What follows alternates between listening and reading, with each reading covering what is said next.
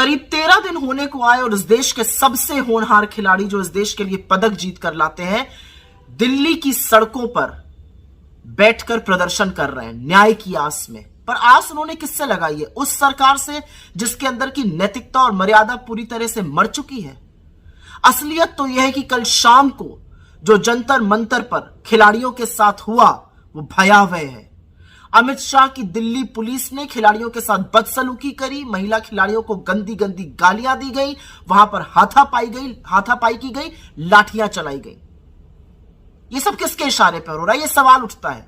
लेकिन उससे पहले एक बात कहनी जरूरी है कि गंभीर आक्षेपों से घिरे भाजपा के बाहुबली सांसद ब्रजभूषण शरण सिंह ने साफ तौर से यह कह दिया है, जब प्रधानमंत्री नरेंद्र मोदी या गृह मंत्री अमित शाह कह देंगे मैं तुरंत इस्तीफा दे दूंगा।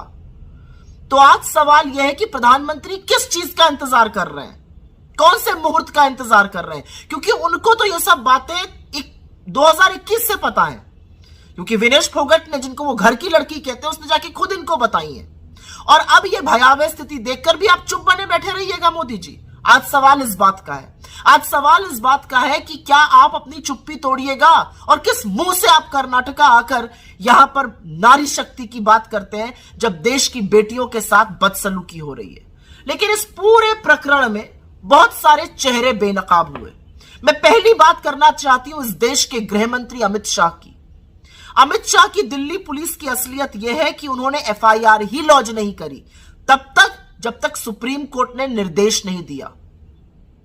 और अब अमित शाह की ही दिल्ली पुलिस ने कल महिला खिलाड़ियों के साथ और अन्य वहां पर खिलाड़ियों के साथ बदसलूकी करी है, बदतमीजी करी है और उनके साथ अन्याय किया है।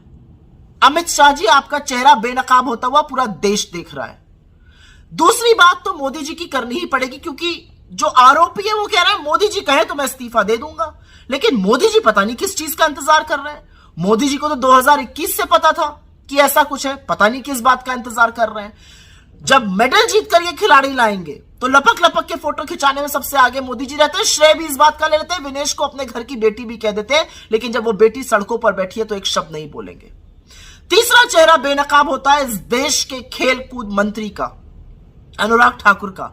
आप मीडिया के इवेंट्स में जाके स्किपिंग करिएगा, पुशअप्स करिएगा, और जो महिला खिलाड़ियों का आरोप है, जो आप पर वो सीधा आरोप लगा रही हैं कि आपने आश्वासन दिया था, उसके बारे में क्या कीजिएगा?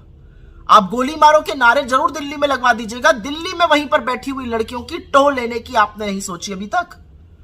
और चौथा चेहरा बेनकाब होता है भाजपा की महिला नेत्रियों का, और खास तौर से महिला बाल विकास मंत्री स्मृति ईरानी का। उन्होंने तो मौन धारण कर लिया इस पूरे मुद्दे पर। वो गला फाड़ के तभी चीखती हैं जब राहुल गांधी का नाम आ जाता है, अन्यथा वो मौन धारण करके रहती हैं। पांचवी बड़ी बात करनी पड़ेगी इस देश के महिला आयोग की, रेखा वर्मा जी की। रेखा वर्मा जी ने आंख पर पट्टी बांधी हुई है। वो पट्टी वो तभी खोलती हैं जब विपक्ष के खिलाफ साजिश रचनी हो भाजपा के साथ मिलकर, अन्यथा वो कहीं पर भी किसी महिला के खिलाफ अत्याचार हो जाए वो एक शब्द नहीं बोलती है, कोई कार्रवाई नहीं करती है। विपक्ष का मामला हो दौड़ी दौड़ी चली जाएंगी काम करने के लिए। सारा रंजिश के तहत, साजिश के तहत वो काम करती है। छठा बड़ा बेनकाब जो होता हुआ व्यक्ति दिख रहा है वो है प्रियंका कानून को, एनसीपीसीआर के चीफ, जो राष्ट्रीय बाल अधिकारों का, बाल सुरक्षा का आयोग है, उसके चीफ। वो तो भक्ति में ऐसे तल्लीन है कि बेचारे के पास वक्त ही नहीं है कि पॉक्सो जैसा गंभीर आरोप जब लगा है तो उसका संज्ञान ले लें, उस पर कार्रवाई कर दे। लेकिन अभी विपक्ष का नाम आ जाने दीजिए, राहुल गांधी जी का नाम कहीं पर आ जाए, अगर उनसे कुछ बच्चे मिलने चले आए तुरंत चिट्ठियां लिखने लगते हैं चुनाव आयोग को।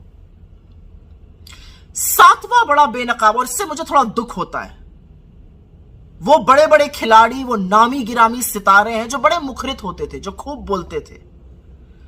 उसमें से कुछ हैं जिनका ओहदा बढ़ गया, जिनकी रिस्पेक्ट बढ़ गई, चाहे वो नीरज चोपड़ा हो या अन्य कोई भी जो इन खिलाड़ियों के समर्थन में मैदान में उतरा है बिना परवाह किए।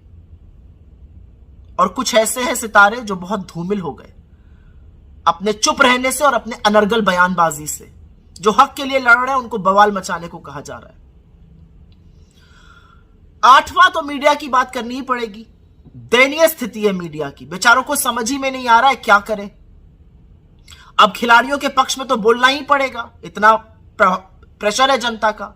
ब्रजभूषण सिंह से भी सवाल किए जा रहे हैं, लेकिन मजाल है कि अमित शाह की दिल्ली पुलिस और अमित शाह से पहले दिल्ली पुलिस के रवैये पर सवाल करें या प्रधानमंत्री की चुप्पी पर सवाल करें, क्योंकि ब्रजभूषण शरण सिंह कहते हैं प्रधानमंत्री बोल दे मैं इस्तीफा दे दूंगा। मजाल है एक सवाल किया जाए कि प्रधानमंत्री क्यों नहीं बोल रहे हैं। हर बार संरक्षण आरोपी को ही क्यों देते हैं प्रधानमंत्री और गृह मंत्री, वो सवाल नहीं कर सकते। लेकिन असलियत यह है कि अब जो गेंद है ना वो ब्रजभूषण शरण सिंह ने आपके पाले में डाल दी है मोदी जी, ये कहकर कि जब आप कहिएगा या गृह मंत्री कहेंगे तो वो रिजाइन कर देंगे। तो आप किस बात का इंतजार कर रहे हैं? क्योंकि यह देश देख रहा है कि न्याय और अन्याय के बीच की दहलीज में अब आप खड़े हुए हैं। आप क्या करिएगा वो बताएगा कि इस देश की बेटियों की रत्ती भर भी आपको फिक्र है कि नहीं। 13 दिन से ऊपर होने को आ गए। वो सुशोभित खिलाड़ी जो इस देश का गौरव बढ़ाते हैं, जो बड़े बड़ों को पटखनी दे देते हैं, जो लोगों को चारों खाने चित्त कर देते हैं, आंसुओं से रो रहे हैं। न्याय और अन्याय के बीच की इस दहलीज में अब आप खड़े हैं। क्या कीजिएगा मोदी जी?